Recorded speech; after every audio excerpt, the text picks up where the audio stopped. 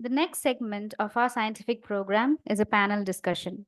The panel consists of very special and empowered women such as Yogacharini Devasena Bhavanani ma'am from ICYER Ananda Ashram, Dr. Beloo Mehra ma'am from Sri Aurobindo Society, and Srimati Swati Morzaria ma'am from the Sarvam Educational Foundation. The theme of today's panel discussion is yoga and women empowerment, and it will be moderated by Selvi Divya Priya Bhavanani from Yognath. I invite all the resource persons onto the dais.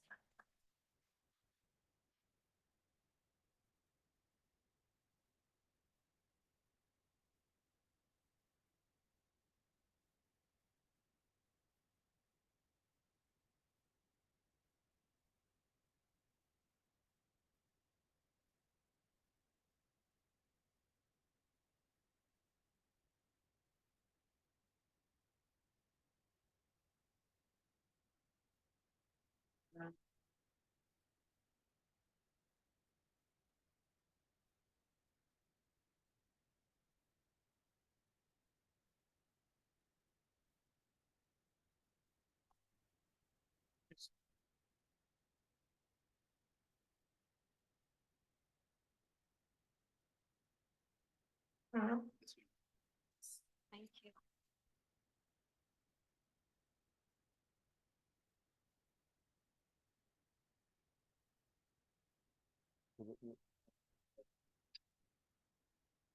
So here we have a very interesting panel for this afternoon, and we have as a moderator the youngest one. So normally the moderators are a bit older than the others, but here we have tried a new experiment, and we have the youngest one who is the moderator, Dhivya Priya Bhavanani, who is one of the youngest professional yoga members of Indian Yoga Association. Just as she completed she was not even 18 when she completed her certificate course from Kaivalya Dhamma and became a professional member and is now completed her BSc psychology. And I felt that when we talk about yoga and women empowerment, who can ask questions better than a young woman herself? And so we have in this panel very eminent personalities. And over to you, Divya, to take it forward.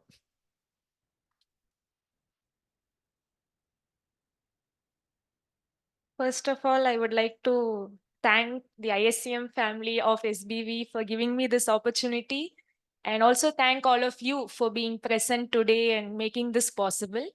I'll just begin with the Guru Gayatri as an invocation. Om Tatparampariyaya Vidmahe Jnanalingeshwaraya Dhimahi Tanno Guru Prachodayate. Om Yoga Maharishi Dr. Swami Geetanandagiri Guru Maharaj ki Jai. Puduvai Kalaimamani Puduvai Shakti Yogacharini Ammaji Meenakshi Devi Bhavanani Guru Mata ki Jai.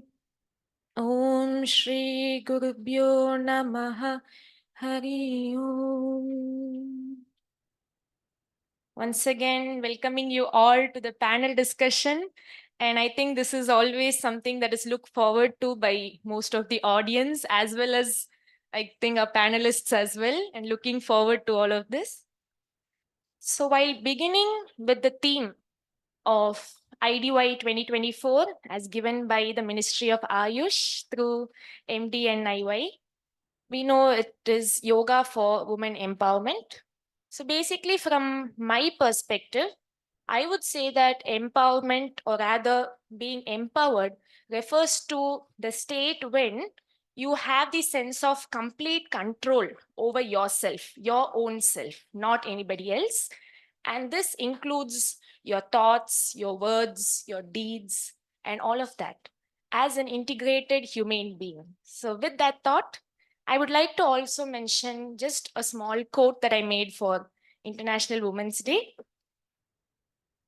Any woman who is at ease with herself, with will, add essence to every connection and relation in this manifest universe by spreading this sacred tranquility in the form of a wonderful friend, an optimistic daughter, a marvelous wife, an affectionate sister, an enthusiastic guide and teacher, and last but not least, a nourishing mother and grandmother. So, with that, I just wanted to dedicate this to all the women out there. Even if you're not all of this, you're at least one of it. So, you all can pat your back and let's celebrate all of us. So, just to begin, I'll give a brief intro from my side. So, Mrs. Swati Morzaria is the founder and managing trustee of Sarvam Educational Foundation, Bangalore. So, Swati ma'am, welcoming her to the panel discussion. Some of you are writing notes. How I would like to be known. I would like to be known this way. I would be like to known as a person who is considerate. Who is considerate of her fellow humans every 5 to 10 minutes. I would like to be known as a person who looked at you when you were sitting next to me and was considerate that the whole day you've been here, so I'm not just going to go on and on ranting, I want to be known as this or that. I want to be known as a human being who made a difference for just those 2 minutes that she was with you. So when the power goes off, the little children in our school say, I'm light. Come on. Say it louder, I'm light. And then we just don't bother whether the light is there or not. So I would be known as light for the time being. Thank you so much.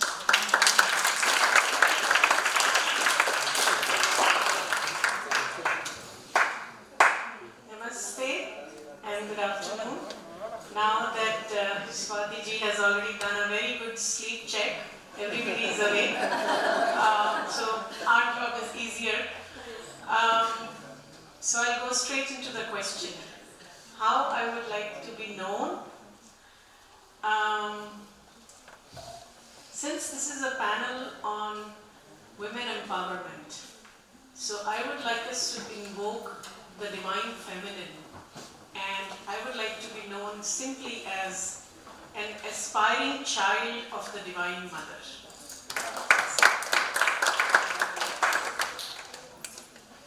Namaste everyone, and I would like to know, people will be calling me dancer, singer and chanting. I love to do singing bhajans. Of course, as Amaji says, when you, be cheerful, smiling. So if I'm comfortable, if someone look at me, they feel comfortable with me. If I'm in a comfortable zone, making myself in a comfortable zone, they also feel comfortable with me. I think that even pleasant for everyone, it will be for me and others also who are around me. Thank you. Well, I think we all agree, right? That we all already know them as that, and maybe even more to come soon. Even the ones on the left, the one with the mobile there. Hello? Do you agree with what your senior man is saying? Yeah? There. I think the current agrees. Thank you. So now moving into the actual question part. What do you mean by women empowerment? And I think we'll begin with Swati. Okay, it's women empowerment. I can just go on and on, take about an hour to talk about this topic. I'm just going to stand up if that's okay with everyone, so that the children there can see me. Otherwise, they just get so bored, children. Okay, girls, here I am. You can look at me instead of looking at your mobile. Right? Am I not fancy looking? But today I just dressed up for you all. That is women empowerment, according to me. That I have the ability to stand here and to tell you that I am dressed up for you today. So leave your mobile and look at me. Coming back to the topic. Everybody talks about yoga like a subject or a tool which will help you to manage this, which will help you to manage that, and come out of this and come out of that. Basically, we're always in survival mode and we're in managerial mode or just managing something, right? Yoga teaches you patience, yoga teaches you this and that. But for me, I think women are beyond that. We're already Shaktis. We know that very well, that there is a Shakti inside me. Over the years, I think some 5,000 years or something, that yoga has come into the world. Men were practicing yoga. It was always with men. Yoga was always with men. Only in the last 100 years, women have started practicing yoga. We have to be so careful with this, because yoga initially was used or was instrumental in promoting spirituality. Now, can you imagine a world full of spiritual women all the time? You go to a woman and she's just an embodiment of spirituality. So there is a thin line between being woman and being spiritual. So I'd like to stop and say that I think all of us here have to understand that Shakti is feminism. Shiva created Shakti out of him because he could not manage his feminine side. He didn't want that feminine side within him, so he brought it out. So we need to retain our feminism in a different way, not in the way that the Western world is influencing us to have feminism. So yoga in India, I think for the next few years, we just have to redefine it, because yoga is in the hands of women. It is not in the hands of men alone now. So by continuous practicing of yoga, we may tend to become very close to that, that consciousness, that spiritual energy, and we may turn into thinking like men, into becoming the other side of Ardhanarishwar, into becoming Shiva ourselves. But Shiva wanted Parvati to stay Parvati. He didn't want Parvati to become Shiva. So in today's world, I think women empowerment, somewhere the Western world is influencing us to become Shiva. All of you agree? So for me, yoga is for thriving. Yoga is not for survival of women. Empowerment is keep what you are, because the world is pushing you to become less woman. And I want all of you here to remember that there is no point in being less woman. Use yoga as being more woman. And that is truly empowerment. That you do not let go of your femininity, and that you do not let go of who you are. You are Shakti, you are a woman. So that is woman empowerment for me. Thank you so much. Thank you very much, Swati. And next. Okay, so since I come from Sri Aurobindo Society, which is an organization with a very specific mandate, if I can use that word, to disseminate the philosophical and practical teachings of Sri Aurobindo and the Mother in various domains of human life. And one of the domain is the social life, which includes topics like gender equality or feminism or whatever we want to call it, or women empowerment, or empowerment of basically all. Why only women? Why not men? We all need to be awakened to the idea of empowering ourselves. So some of what I may share may sound a little contradictory or paradoxical at times, but just if you stay with the thought, some things will become clear. Because one of the major ways in which Sri Aurobindo's integral yoga is different from all other schools of yoga is that it is not only based on the Vedic Vedantic line of spiritual quest, from which the idea of Purusha and Shiva and Shiva/Shakti comes, but it is also incorporating within itself the tantric line of spiritual quest that has been an equally important line of spiritual pursuit in India. So in Sri Aurobindo's integral yoga, there is no division between the Purusha, which is the static side of one's own spiritual process, and the dynamic side. So if the Shiva and Shakti are to be understood as static and dynamic aspects of existence, both of them are considered equally important in Sri Aurobindo's integral yoga. So with this background, the very idea of women empowerment is not separate from the very idea of spiritual awakening in the path of integral yoga. So in that context, I would say my understanding of women empowerment would be the awakening of the individual woman to all the potential perfection that lies latent within her. All her capabilities. So the very word Shakti comes from the root Shak, which means to become capable. So all that she is capable of, awakening herself to all that possibilities, that layers of possibilities, starting from perfecting her emotional self so that there is no stress disorder or anything like that, to the ultimate aim of human life, which is uniting with the divine. So at one place Sri Aurobindo says yoga is nothing but a practical psychology, but at the same time it is about the human in us, the process of connecting the human in us to the divine in us. So for women empowerment in that sense will be how a woman recognizes or awakens to the possibilities within her.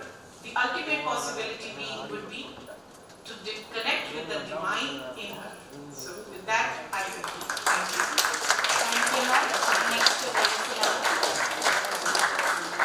the divine, the Shakti, as all say, the Shakti from the baby even actually. When the baby born, the girl baby born, immediately we say, the family Mahalakshmi have come. So that's what we say for the girl baby. So from this baby even they do the Sisu Puja, especially the Navaratri time we can see they do the Sisu Puja, and when she grown, they do the Kanya Puja. When she come to the age like puberty function, they do the special puja. So the divinity really slowly developed in her actually. So with all the pujas and things, so she's developing her Shakti energy in her. So again, a married woman, he have the own power energy like that after marriage. So like that, as we say, the three Shaktis, Durga, Lakshmi, Saraswati, in same Shakti, same divine energy. I mean the female form, goddess Durga, goddess Lakshmi, goddess Saraswati. So for all the three Shaktis together from the Adi Shakti, Para Shakti, the energy comes. So she developed in any energy actually. So she will be just lady means she has to take care of everything actually. Even though lady working in the job, she has to take care of the family. As the Grahastha, she has to take care of everyone. So she has to have the responsibility lot inside the house plus outside. So she's capable of doing everything actually. So like the Kriya Shakti, we call for the goddess Durga. So like that she is capable of, her potential is for every side. She can do anything actually. So as we do in the dance also, like when we show Durga, very strong energy. So she has the soul in her hand, Kriya Shakti, and the goddess Lakshmi with the lotus, of course, soft. And she could be like a soft goddess Lakshmi. Of course, all the knowledge, wisdom, we show the goddess Saraswati with the hand with the veena. So like that, the soft energy she could be, is her potential, she has to use in every way. Of course, with the Shiva equally, as we have the stories of goddess Meenakshi, she has conquered every direction. So when she's going to finally war with the Lord Shiva even, finally, of course, when the union joined with the Shiva and Shakti, that only happens.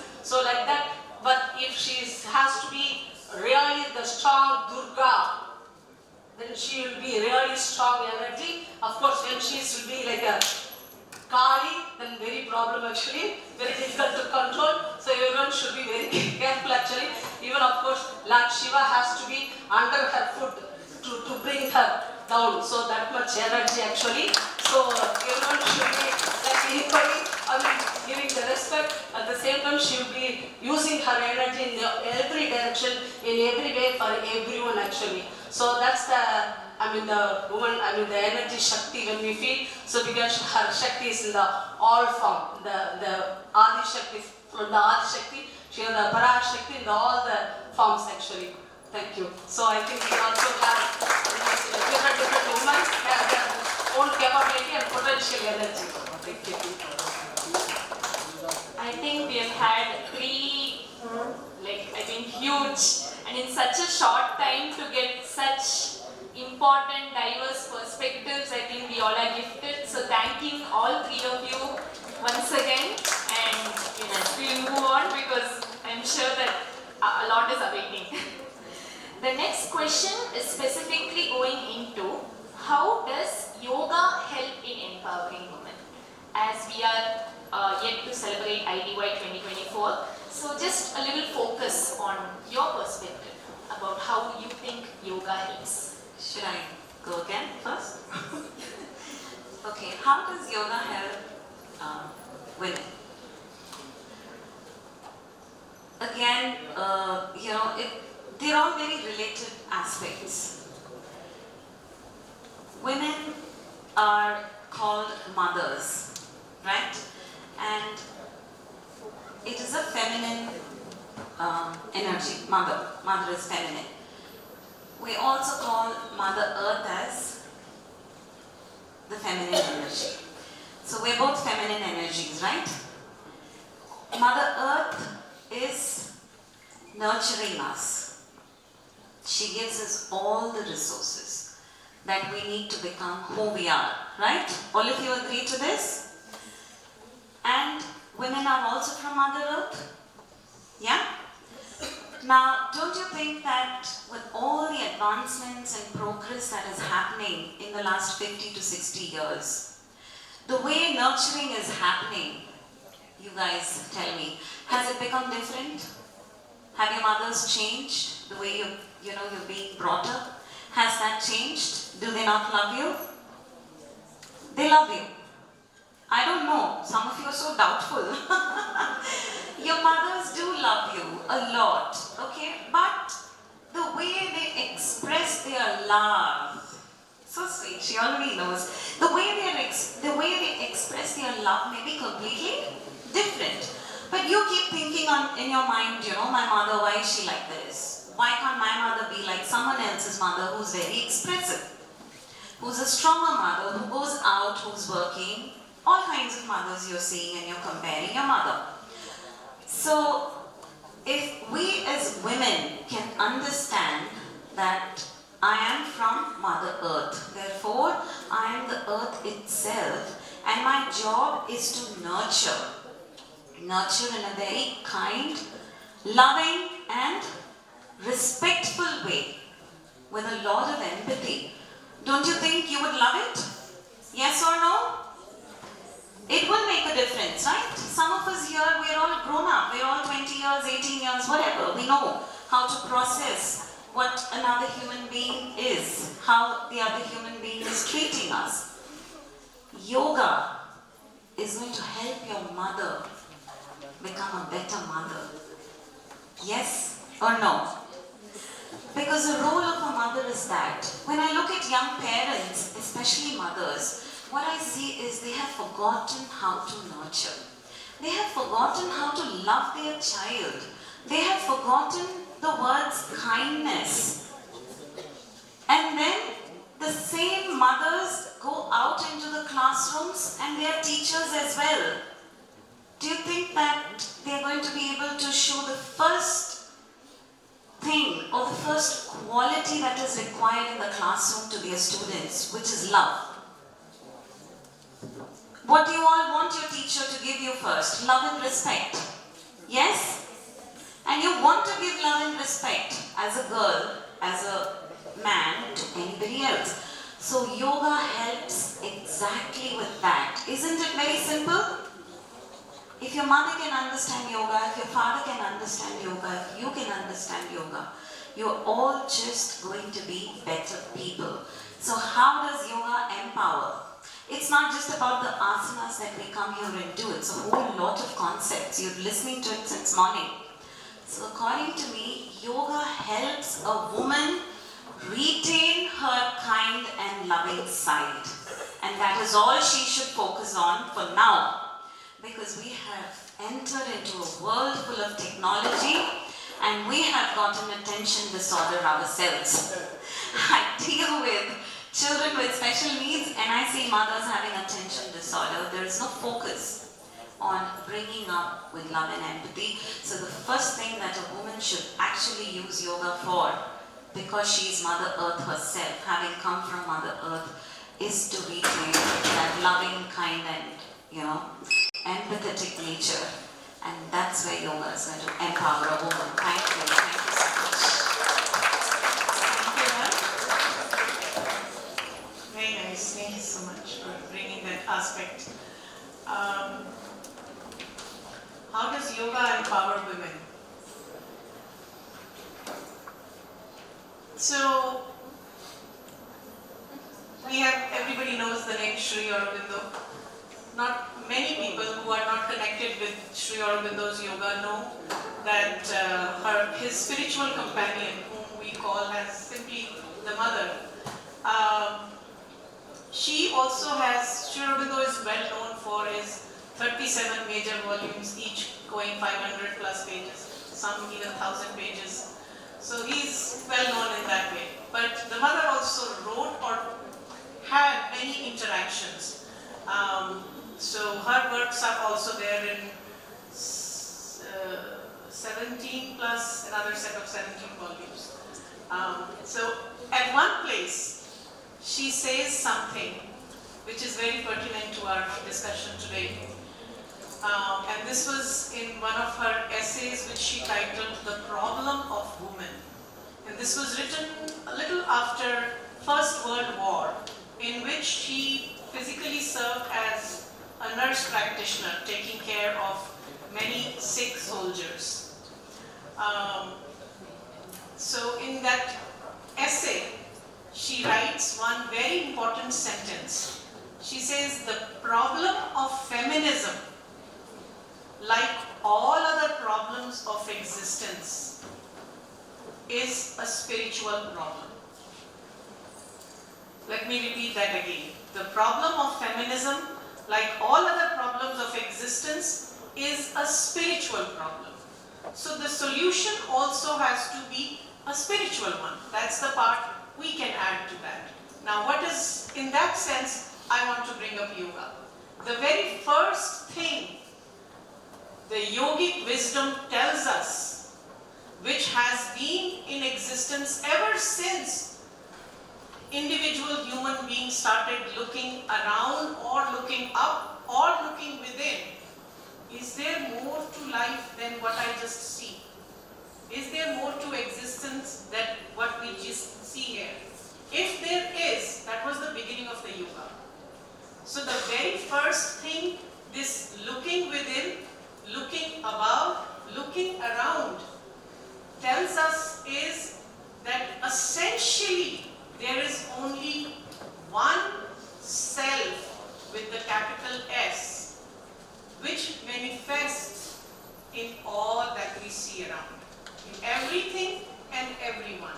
So there is no question of man or woman being equal, because they never were separate. They were and they are and they will be essentially one. So this is the very first thing yogic wisdom tells us when it comes to applying that knowledge into any social context. So if essentially at the deepest core there is no separation between her and me, there need not be any conflict between her and me. But we human beings are very good at creating conflicts.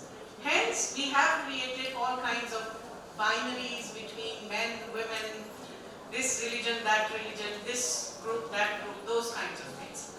But if we go back to the yogic wisdom, if essentially at the level of our deepest truth, we are essentially one, the question of empowerment is basically about recognizing and living in that oneness. So true yoga, in my understanding, for true empowerment would be finding that oneness within, and from that point of oneness, interacting with everyone around. Now this is all very good in theory.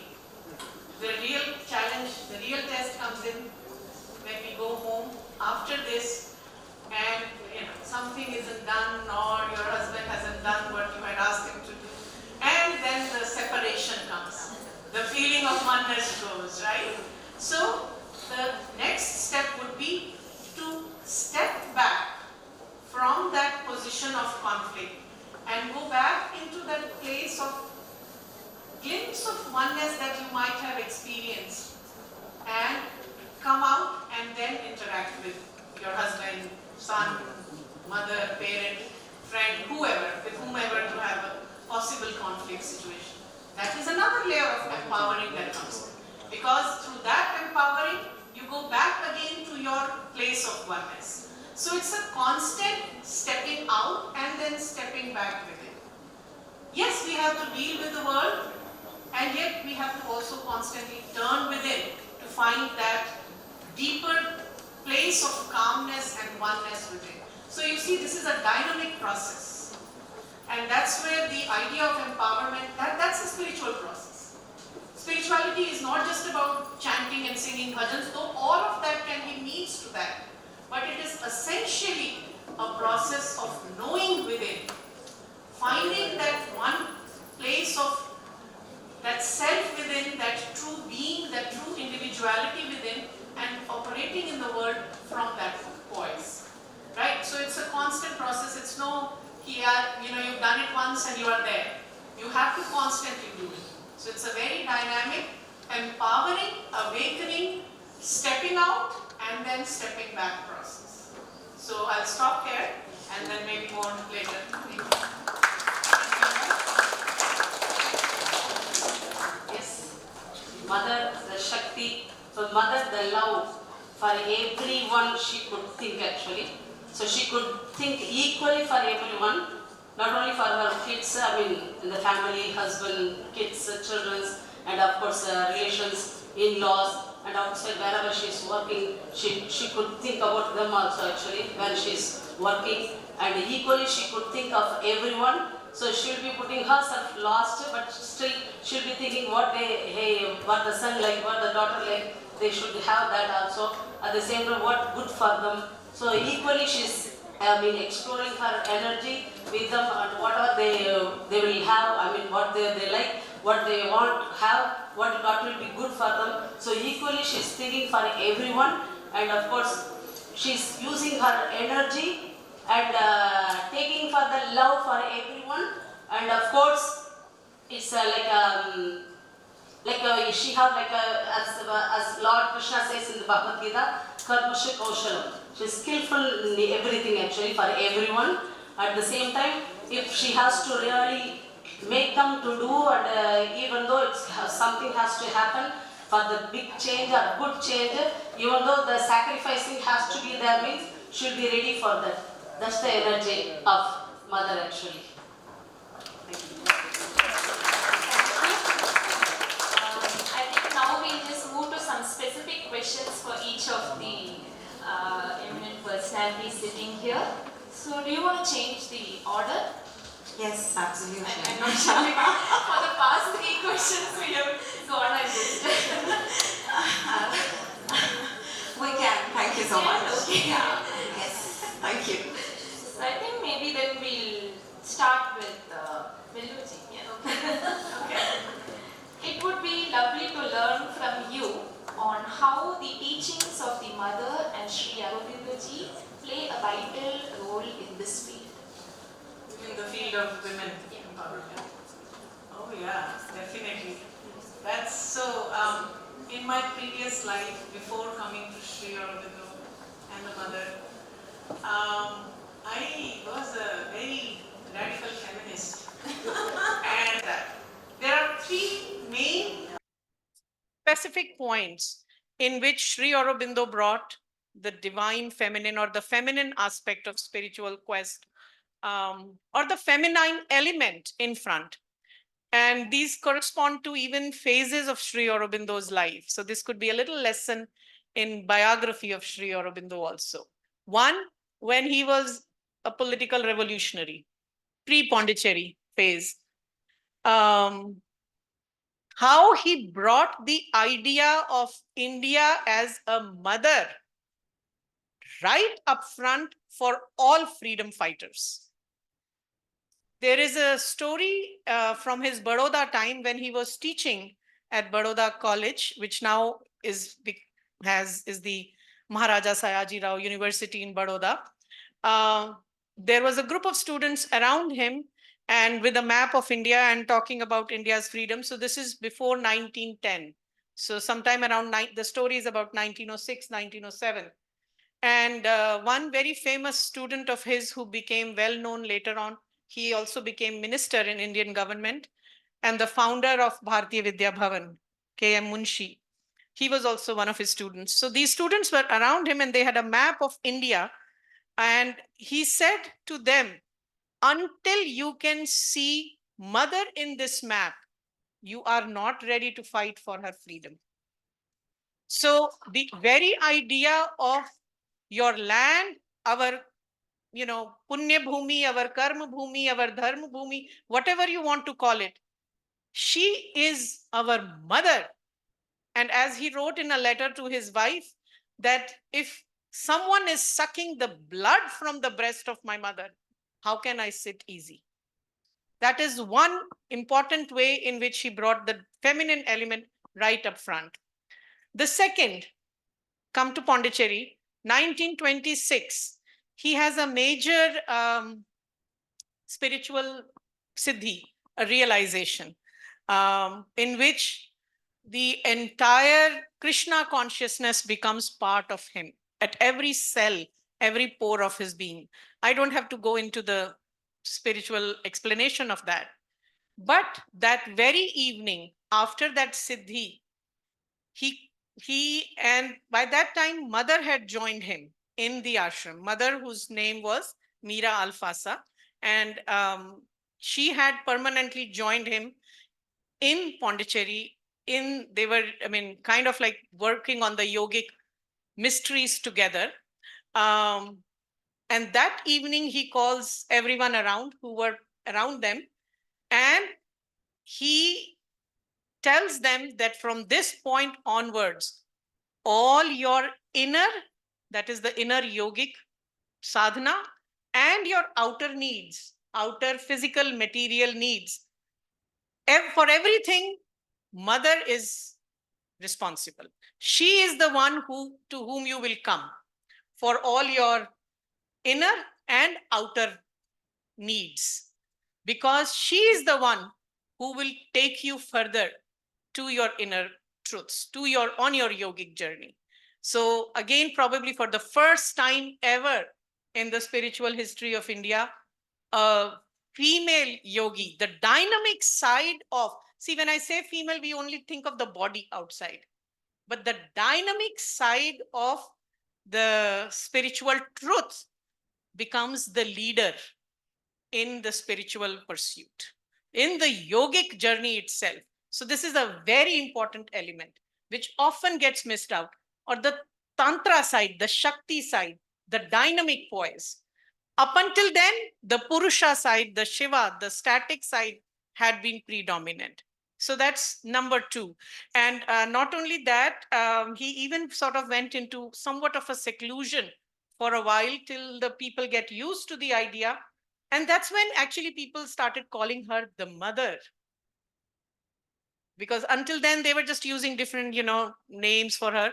But when Sri Aurobindo started calling her the mother as the embodiment of the divine feminine principle, the universal, the cosmic mother, he himself started calling her mother. And she became the mother of all. And if you notice carefully any picture of Sri Aurobindo and the mother sitting together and compare it with Shiva Shakti, Ram Sita, Krishna Radha, any of the other Hindu iconography, you'll notice one major difference. Can anybody tell? Sits where? Where, on which side? On the right. All Shiva Shakti, Shiva Parvati, Ram Sita, all the iconography, the female is on the left. When in the Hindu marriage, after the marriage, the Panditji will say, Abhi aap Vam Panth mein aa jaiye, the left side. In all photographs of Sri Aurobindo and the mother, and this was very, very deliberate, because traditionally, typically, the right side is your most dynamic side. So mother sits on the right. And that tradition started from 24th November 1926. So that's number 2. I'm still there. Number 3, of course, the journey continues, many things. So out of those 37 volumes of Sri Aurobindo, if his entire philosophy has to be understood, it can be understood in one volume, which is his largest, which is probably the largest poem, the longest poem in English language. Yes, I'm not going to recite the whole longest poem, so just bear with me for another 2 minutes. It's called Savitri. Now, why is it called even Savitri? Why is it not called about any other male character? Right? And we in India have made jokes about this. Sati Savitri, Sita Savitri. So Savitri is a character in Mahabharata, a very minor story. But he takes that character and writes a whole epic poem, which is about entire spiritual practice and philosophy of integral yoga. Right? So he puts Savitri, all his and mother's yoga, in the form of this poem, whose heroine is a female figure. He translated many sections from Ramayana and Mahabharata, primarily about female characters, about Sita, about his poem, which he took about another minor character in Mahabharata, Vidula. Most people don't even remember her, but she's such a strong character in Mahabharata. He writes a whole poem about that, translating and then adding his own imagination to it. When Ram goes to tell Ayodhya that I'm going to Vanvas, how Kaushalya reacts to that. He doesn't talk about Ram, but he talks about how Kaushalya reacts to that. So again, his emphasis on bringing out the feminine, the Shakti, the dynamic aspect of spiritual quest. So these are the 3 main reasons, or the main ways in which I think his own yoga and his own spiritual philosophy has impacted a lot on women empowerment. So thank you. Thank you very much, ma'am, for summarizing. beautiful. I know it must have been really tough for you, and you summarized it in 3 points, because as we had the discussion about it, the attention level is drastically decreasing nowadays. So using pointers and all of that is the only way of getting things forward. So thank you very much, ma'am. And I'm sure that we all will look into all of those poems, right? People who love reading and who love poetry. Next. Yep. Anything you say, ma'am, I'm all yours. You're the moderator. I will listen to you. Very obedient. Okay, so we'll go to the sweet Swati ji. Thank you. Could you provide us with a brief essence of the importance of yoga for every girl child? And I think you're the best person to answer. Oh, this. thank you for that honor. I'm going to just get up again and look at those girls there. Yes, ma'am. You want to come and talk, ma'am? Come, please just come here. Just 1 minute. I'm not going to say anything. Come on. Come. Both of you come here. Ma'am, could you come here, please? Yes, you. Please come here. Come on. Come. What's your name? Musina Parvin. Musina? Can you just tell me about yourself? Anything. Myself, Hold the mic. myself, I'm from first year AHS student, and what to say about me? I don't know what to say about me.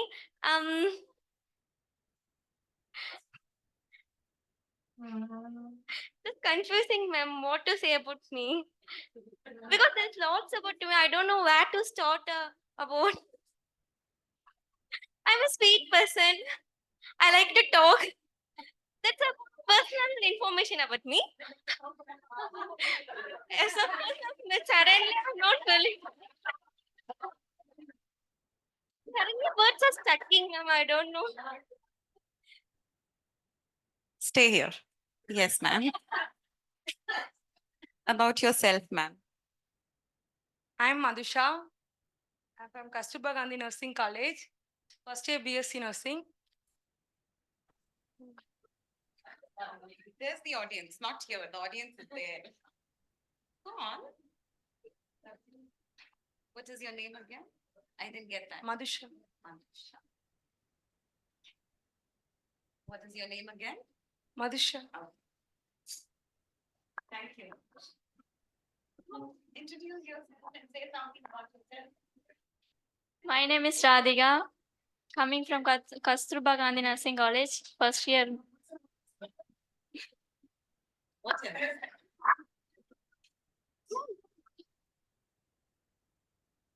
Bye, Pranav. What is your name again? Radhika. Oh, the Tamil actress மாதிரிங்களா?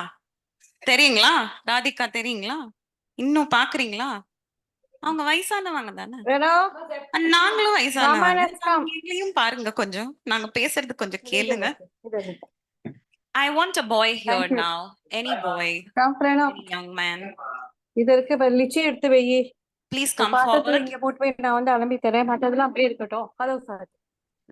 Yes. கதவு lock the door. What is the confusion? Please sit down, all of you, somewhere. Come on. You're distracting me. Thank you. Anyone, any young man. Shall I call out? Please get up. Please come. Come. Yes, come on. Quickly. We're just trying to distract the crowd. Okay? Here. Good evening. I'm Keshav Kumar from Physiotherapy, BPT third year.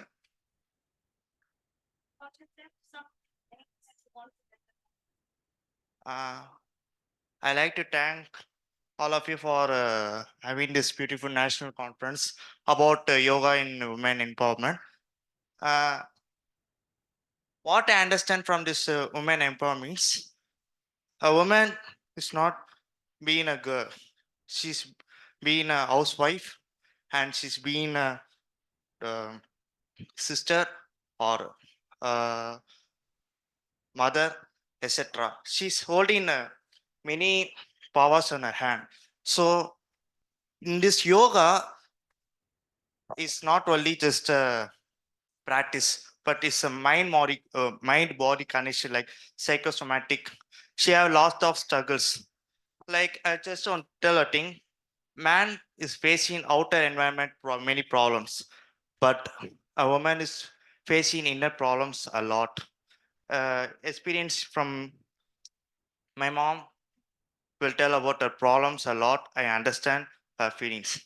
So what my opinion is, this yoga is useful for their development of their mind as well as their emotions in order to come out of their struggles, and she will become empowerment and get their independence. What is your name again? Keshav Kumar. Keshav, Lord Krishna himself, talking about yoga. Now, how better can this get? What a coincidence. Please give a huge round of applause to this Krishna who's giving you an English version of the Bhagavad Gita. He's just come with that. You see, please come this side, man. The difference. This is dynamism and this is silence. This is Purusha. This is Prakriti. Okay? I think this gentleman has been listening to the concepts of yoga. How long have you been doing it? Just now started. Huge round of applause.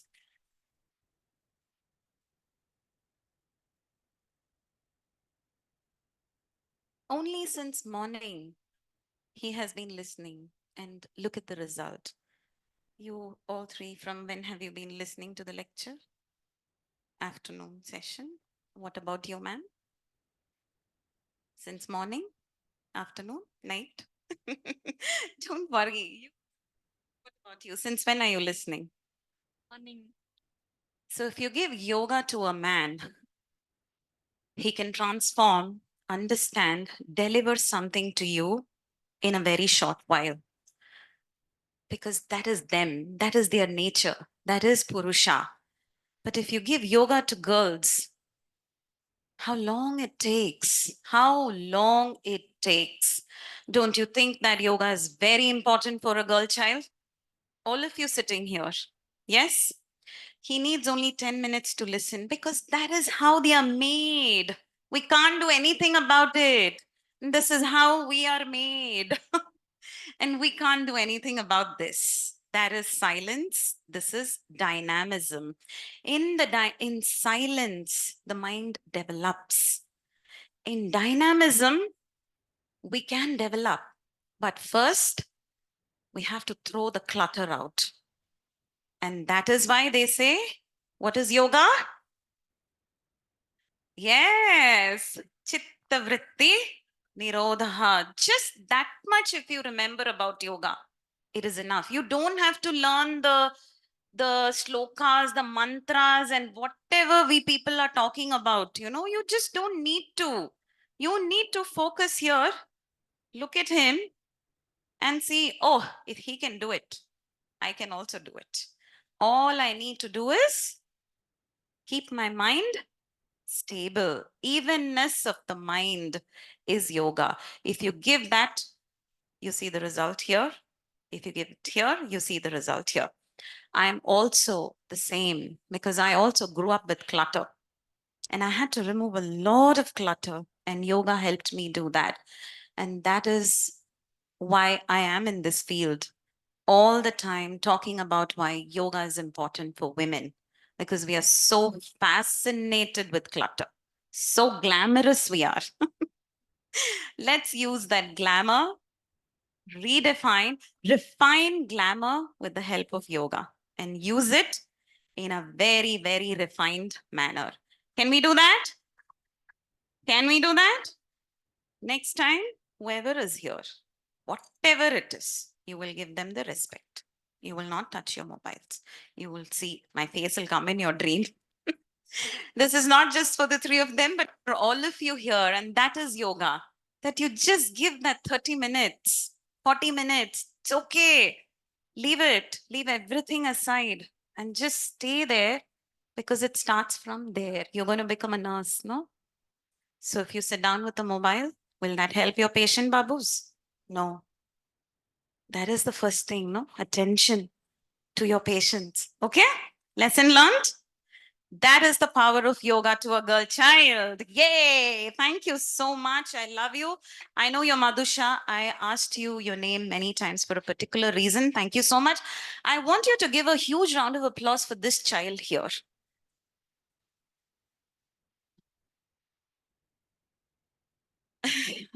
All of the girls sitting here in the hijab, many of you, you have my deepest regards. Deepest regards. Thank you so much. I have 6 women in my team. They wear a hijab and come, but they take care of the children and they recite the mantras with me. I know that it is difficult, but you have to remember that yoga is above religion. Okay? And I have understood that as a girl.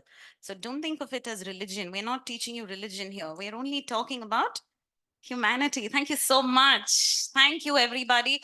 I hope you've understood the difference. Thank you so much. Thank you very much, Swati ma'am. And to Devasena miss, could you mention any personality in your life that inspires you with regard to women empowerment and brief on their contribution to this dimension? Of course, Ammaji, my guru, Yogacharini, Yogashironmani, Puduvai Shakti, Puduvai Kalaimamani, Srimati Meenakshi Devi Bhavanani. Ammaji and Swamiji was teaching thousands of people actually. So they brought the drastical change in everyone actually.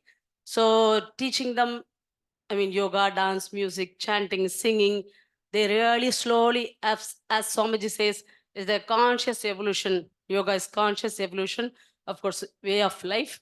And so with that, they really brought them the basic discipline to the responsible person in the society for their response, whatever the job they have in their own job. So they are very responsible. And of course, we have seen many families after learning with Ammaji many years, they're taking care of their family. And I mean, they who are studied in Kamblisa Madam, they won't be going for that strike and all. They won't throw the stone at the bus and all. They won't do that stuff surely, because they had learned in the ashram life all the discipline way. So of course they have really, Ammaji wants to see them the glow and growth in every one of them. And of course they have saw the changes. Of course, 6-month course, people also, even though not only Indians, from other countries also, many of them have studied with Ammaji and Swamiji. They had the transformation actually in their life. And like most of them will feel that next lifetime for them even actually. So like that we have seen, I mean, thousands of people I have seen with Ammaji, even though they will be coming with the crying face, going back again with a nice smiling face, pleasant face. And so they have seen lot of changes. Ammaji, of course, with the kids, she loved to work with the kids always. And of course, with the adults also, she worked a lot of people, many people, thousands of people. And in them, she really saw she was bringing them from the ordinary to extraordinary, extraordinary to the great actually. So they were great. So I had also the great fortune to learn the yoga, dance, music, again, singing, chanting, everything, including the language actually. So under the great, I mean, fortune, I had the great fortune to learn the great legend, great gurus, Ammaji and Swamiji. And of course, I'm grateful for them, my gratitude to them. And of course, the whole society, they're not only for Pondicherry, because in the Pondicherry, they were not really knowing the new yoga, YOGA, even many people don't know. So because of them, they really brought the to the common people, the ordinary people, to the people in the, I mean, the doctors, every field. They were taking the yoga for everyone equally, for every kids equally in the Kamblisa Madam. They were teaching so that it's yoga really gone. The Pondicherry, how much aware of people are aware of yoga. Not only, I mean, the yoga festival, I mean, yoga day became because of our Prime Minister Modi ji, became very famous for all the countries also coming together. It's nice, but of course, Swamiji Ammaji was working from 68 even actually they were working in the Pondicherry. I mean, almost all the countries people learned, and they were having their own branches under Ammaji's mother ashram. They are working and teaching many people, not only happening in India, of course, the whole world. They want to bring that yoga, the Vasudeva Kudumbakam. So that's a thing I have seen in Ammaji Swamiji work. So I have seen Ammaji equally working for everyone again. So she could think for everyone equally. So she could, I mean, not only for the group people coming for the residential course, not like that, for everyone who are coming to ashram. Even the laborers, when they come, they think what change could be better for them actually. So who are entered the ashram, so they will be going with the good much change actually, better change. Always they go out. Of course, our sign, even enter here when you are happy, only when you are happy. Yes, thank you. I would really like to thank all three of them, because I think the specific question kind of opened up to their dimension, towards their belief and where they are, their maybe their comfort zone, I guess. If I'm not wrong. Totally. You can take us out of our comfort zone also. You can try. I'm sure Dr. So, Beloo's up yeah. to it. The next question will bring you most probably out of your comfort zone. But before that, just after listening to all three of you, I got reminded of one of the teachings that Ammaji, Parampuji Ammaji used to teach us. Awareness of how unaware we are. I think Wonderful. it truly applies not just to this dimension, not just to this audience or just any one of us, but I think to every other dimension in the world. I don't know. It just came to my mind after having an overall hearing from all of you. So finally, the tough part, and I think it'll be fun for all of us because it won't be a long answer, but it is tough for the people who are giving the answer. So before concluding, I request our panelists to give us, in a word or two, describe women empowerment and yoga in a word or two. Oh gosh. You want me to Yeah, go like a first? takeaway that they can. There's a lot, I know, but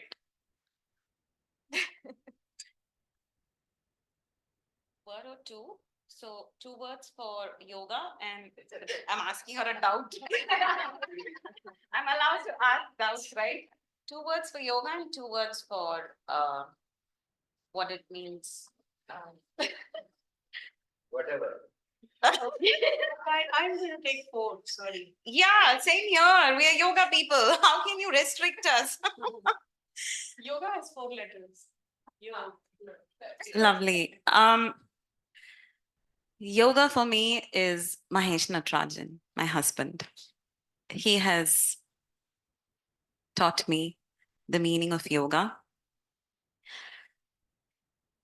Every moment, my thoughts, my speech, and my actions have to be towards making every moment better. That's what he's made me understood. My thoughts, speech, action, every moment have to grow. They have to become better. So yoga is equal to Mahesh Natarajan, is equal to making my thoughts, speech, and actions better every moment. Thank you so much. Thank you. Don't go. No, I take 4. Because my 4 might be. So as we know, our Pondicherry is Siddha Bhumi, lot of Siddha. We have a lot of Samadhis actually.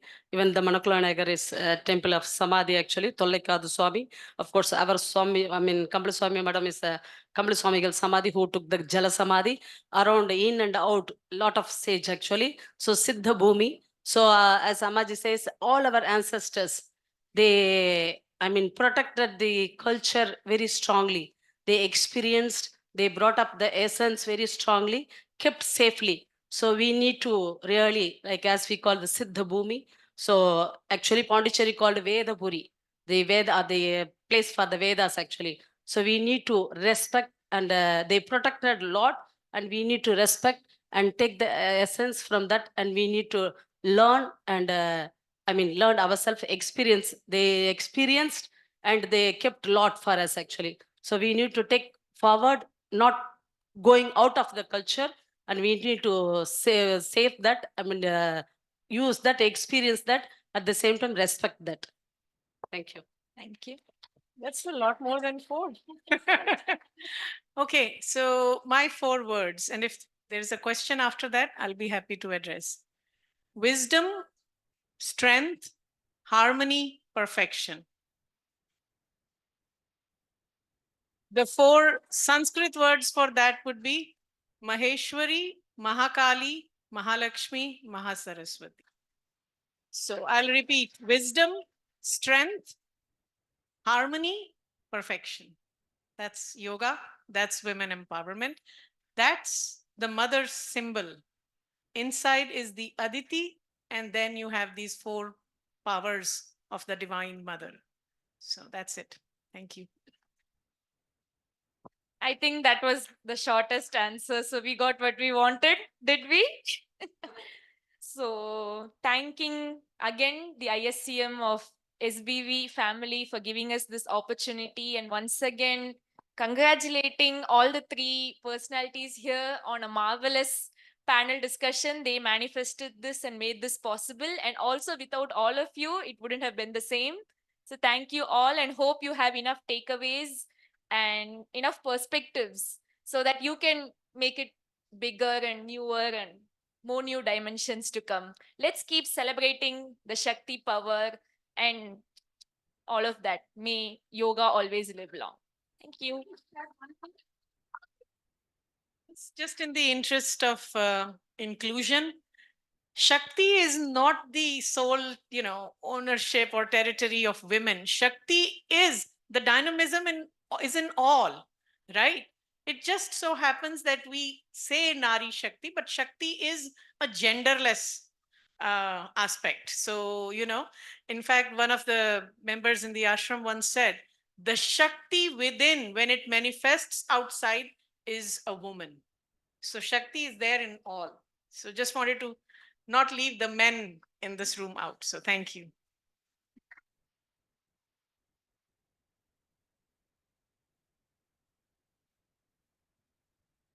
Thank you so much for that wonderful discussion. I thank our moderator and the panelists for the very diverse and dynamic conversation that we had and enjoyed. So now I would like to request our director, sir, Professor Ananda Balayogi Bhavanani, sir, to honor the dignitaries. I invite Dr. Beloo Mehra, ma'am, to receive the certificate and memento.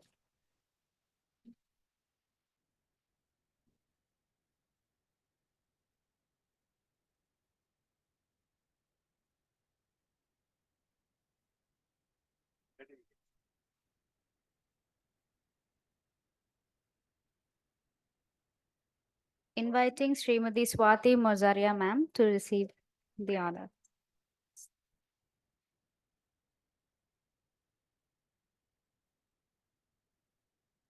Inviting sir to honor Yogacharini Devasena Bhavanani, ma'am.